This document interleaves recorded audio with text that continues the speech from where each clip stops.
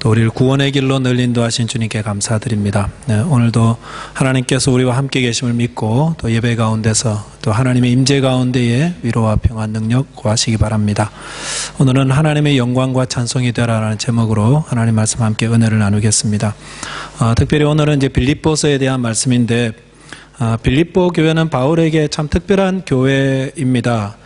여러 세워진 교회들이 바울에게 여러 가지 어려움을 주기도 하고 근심이 되곤 했지만은 이 빌립보 교회는 세워질 때부터 바울의 사역을 도우며 물심양면으로 기도로 도왔던, 바울이 개인적으로도 참 인간적으로 고마워하는 그런 교회가 바로 빌립보 교회입니다. 그래서 이런 교회를 생각하면서 하나님께 감사하게 되고, 또 이 교회가 정말로 하나님이 기뻐하는 교회가 되고 각 성도들이 되기를 소망하면서 오늘 이 기도 강구 내용을 우리에게 소개하고 있습니다. 이 빌립보서를 묵상하면서 저는 최근에 저희 교회가 케냐 미카메니의 태양광 설치를 위해서 펀드레이징을 할 때에 우리 성도님들이 정말 힘을 다해서 헌금하시고 또 기대했던 것보다 훨씬 많은 액수를 이렇게 전달할 수 있었음을 감사드리면서 우리 교회 성도님들도 이와 같은 모습으로 하나님을 섬기고 있지 않나 생각했습니다. 알게 모르게 또 어려운 분들을 구제하는 분들도 계시고, 또 물질적으로 또 기도로 선교사들과 또 복음사에게 돕는 또 저희 성도님들 어떻게 하기를 원하실까? 하나님께서 오늘 빌립보서의 말씀을 통해서 우리에게 주시는 말씀대로 되기를 원한다고 믿습니다. 하나님의 영광과 찬송이 되라. 결론적인 말씀이죠. 우리가 어떻게 하나님의 영광과 찬송이 되고 늘 날마다 하나님께 영광을 돌리고 하나님을 찬송 올려드리고 또 우리를 통해서 그리스도의 빛이 나타날 수 있을까? 오늘 말씀에 한 두 가지만 저희들이 함께 살펴보면서 또 우리가 다 하나님의 영광과 찬송이 되기를 바라겠습니다. 첫째는 하나님께서 우리 안에 착한 일을 시작하셨고 그것을 온전히 이룰 것을 확신해야 됩니다. 마음에 어떤 확신이 있어야 돼요. 하나님이 내 안에 지금 착한 일을 시작하고 계신다. 예수 그리스도를 믿는 거죠. 이 착한 일이라는 것은. 이 세상에 제일 착한 일은 예수님을 믿는 것입니다. 구제하는 것, 질서를 잘 지키는 이런 것도 착한 일이고 하지만은 제일 하나님 앞에서 착한 일은 예수를 믿는 일입니다. 왜 그렇습니까? 성경 마태복음 25장에 보면은 청지기 비유가 나오죠. 주인이 먼 길을 떠나기 전에 종들에게 5달란트, 2달란트, 1달란트 이렇게 각각 줬는데 5달란트, 2달란트 맡은 종은 나중에 주인이 돌아올 때 배를 남겼다는 거죠. 그래서 그 종들에게 뭐라고 말했냐면은 착하고 충성된 종아, 이렇게 이야기하였습니다. 마태복음과 이 비슷한 내용이 누가복음 19장에 나오는데 문화 비유라는 것이 있습니다. 문화를 한 종들에게 하나씩 나눠줬어요. 거기서는. 그리고 하나씩 받고 어떤 종은 나가서 10배를 남기고 어떤 종은 5배를 남기고 했다는 거죠. 그래서 10배, 5배 남긴 종에게는 착한 종아, 이렇게 부르고 있습니다. 그런데 거기에 꼭 나오는 종이 누구냐면은 그 받은 돈을 일하지 않고 주인의 말대로 일하지 않고 그냥 땅에 묻어두고 나중에 그냥 꽁꽁 싸두었다가 그대로 가져온 종을 향해서는 주인이 뭐라고 말했냐면은 악한 종이라고 불렀습니다. 마태복음에서는 악하고 게으른 종아라고 불렀고 누가복음에서는 악한 종아, 이렇게 불렀습니다. 착한 종과 악한 종의 차이가 무엇입니까? 누가복음 19장 27절 마지막 절에 이렇게 말씀하고 있습니다. 그리고 내가 왕됨을 원하지 아니하던 저 원수들을 이리로 끌어다가 내 앞에서 죽이라 하였느니라. 악한 종을 무슨 마음이 없다고요? 내가 왕됨을 원하지 아니하다. 왕되는 걸 원치 않는 종. 고대 시대에는 어떤 주인이, 어떤 한 사람이 왕위를 받기 위해서 떠나는 그런 경우가 있어요. 먼데 왕위를 받기 위해서 그 집을 떠났다가 왕권을 받아가지고 왕으로 돌아오는 것입니다. 그런데 우리 집에 있는 이 주인이 늘 마음에 안 들었어요. 그래서 이 주인이 왕권을 받으러 떠날 때에 뭘 명령하고 가셨지만 그 말씀을 안 들은 것입니다. 그리고 나는 저 주인이 왕이 되는 것을 원치 않는 것입니다. 그래서 그 주인이 그 종에게 악한 종이라고 하였고 그 원수라고 부르면서 죽이라고 하였습니다. 여기서 나오는 주인은 예수 그리스도를 말하고 있습니다. 예수님은 우리의 주인이 되십니다. 이 땅에 오셔서 많은 사람들을 고치고 우리를 구원하시는 구주로 오셨습니다. 우리의 주인이세요. 그래서 그 주인이 우리에게 많은 말씀들을 하고 가셨습니다만 그 말씀들을 듣고 그 주인이 다시 돌아올 텐데 무엇으로 돌아오십니까? 왕으로 돌아오시는 것입니다. 왕으로 돌아오세요. 왕은 양과 염소를 나누어서 양은 천국에 염소는 지옥으로 보낼 권세를 가지신 분이고 모든 사람들을 알곡과 가라지로 나누어서 알곡은 창고에 가라지는 불타는 지옥에 던지실 거라고 왕으로 돌아오신다고 했습니다. 그래서 여기서 예수 그리스도를 믿는 자는 예수님을 왕으로 받아들이는 거예요. 예수님이 왕으로 올 걸 기다리는 사람입니다. 저와 여러분이 예수를 믿는다는 것은 예수님이 왕으로 올 걸 기다리는 자들입니다. 그리고 왕으로 올 걸 기다리지 않고 그렇게 믿지 않고 예수님이 하신 모든 말씀들 불순종하는 자에게는 왕으로 예수님이 오실 때 그들을 심판하시고 왕권을 가지고 그들을 지옥불에 던진다. 순종하는 자에게는 천국이요 불순종하는 자에게는 지옥으로. 왜냐? 그들의 마음에는 예수님을 왕으로 모시고 싶은 생각이 없는 것입니다. 예수님은 여러분에게 왕이십니까? 나의 주인, 나의 왕은 누구지요?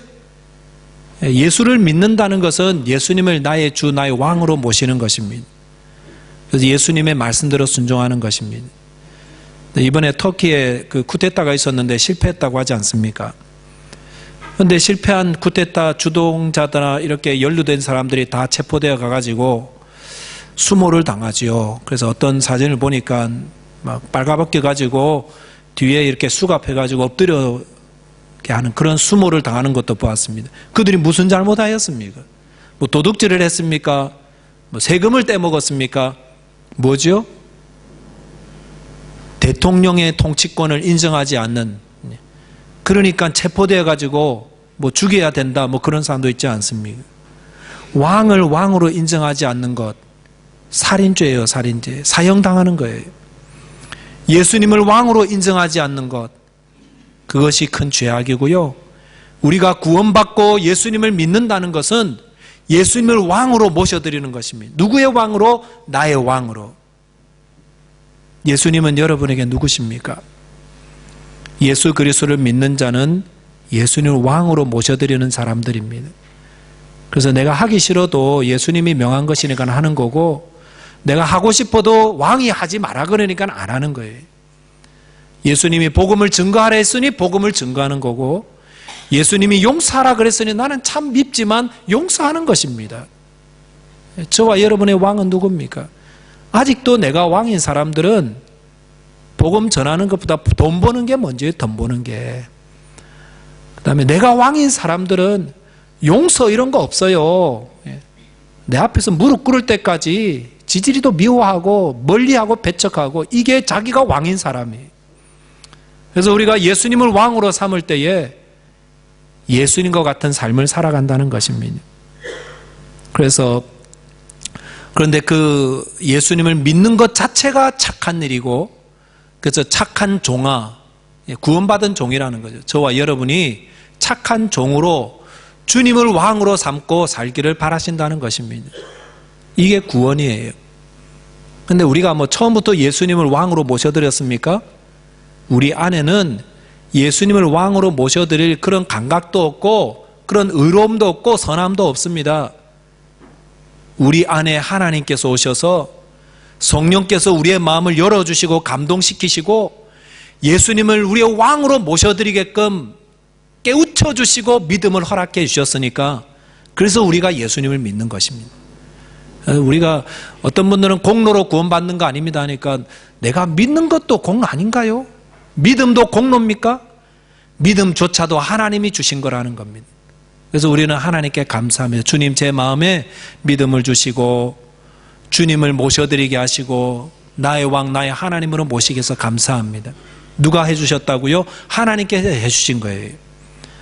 마태복음 16장에 베드로가 주는 그리스도시요 살아계신 하나님의 아들이십니다. 유명한 신앙 고백하지 않았습니까? 그럴 때에 예수님께서 뭐라고 말씀하셨습니까? 베드로야, 너 진짜 대단하다. 너는 진짜 교회의 반석이 될 사람. 이렇게 말씀하지 않고 바요나 시모나 네가 복이 있도다. 이를 내게 알게 하니는 혈육이 아니요 하늘에 계신 내 아버지시니라. 주는 그리스도시요 살아계신 하나님의 아들이라고 우리가 고백하고 있다면 누가 가르쳐 주신 거라고요? 하늘에 계신 너희 아버지께서 알게 해 주신 것이다. 그래서 내가 지금 나는 예수님을 나의 왕, 나의 하나님으로, 하나님의 아들로 믿습니다. 누가 가르쳐 주신 겁니까?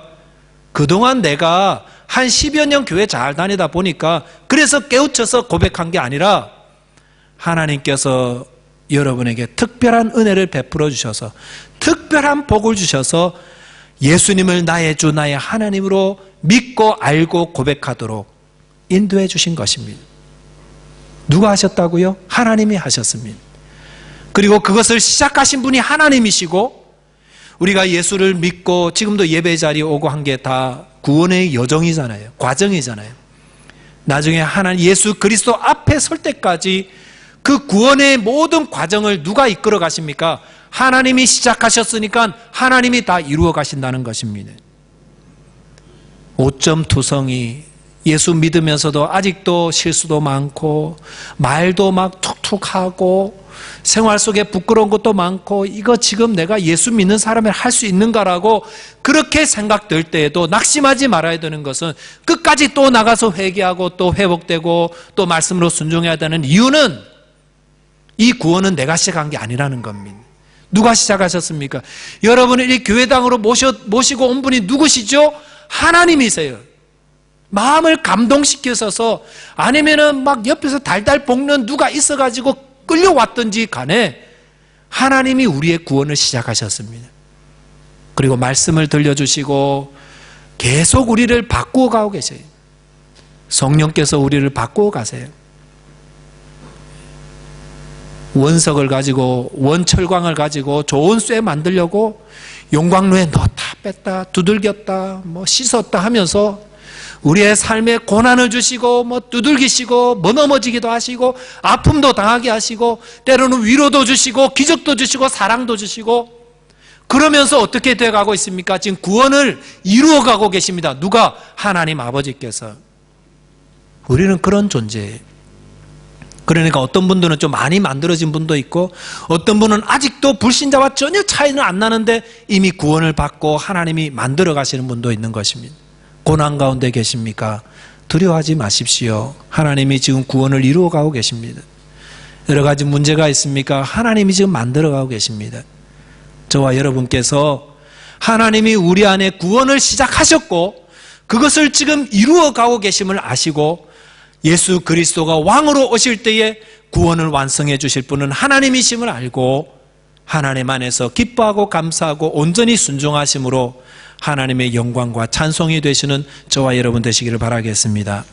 두 번째는 그리스도 안에서 의의 열매가 가득하게 됩니다. 그리스도 안에서 의의 열매가 가득하다. 마지막 11절 말씀인데 예수 그리스도로 말미암아 의의 열매가 가득하여 하나님의 영광과 찬송이 되기를 바라노라. 주님의 일 열심히 하고 바울 복음사역 도와주고 또 기도해주고 처음부터 끝까지 변함없는 모습으로 주님의 일에 헌신하던 빌립보 교인들을 향해서 바울이 너희 안에 의의 열매가 가득해가지고 하나님의 영광과 찬송이 되기를 원한다. 이렇게 권면하고 기도하고 있습니다. 의의 열매란 무엇입니까? 하나님이 기뻐하시는 거예요.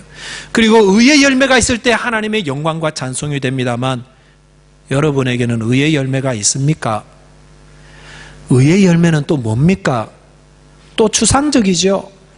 의의 열매를 도대체 어떻게 맺는 것입니까?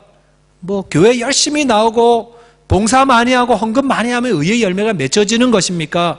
어떻게 의의 열매가 맺혀집니까? 의의 열매는 어디서 맺혀지죠? 예수님 쉽게 말씀하셨는데요.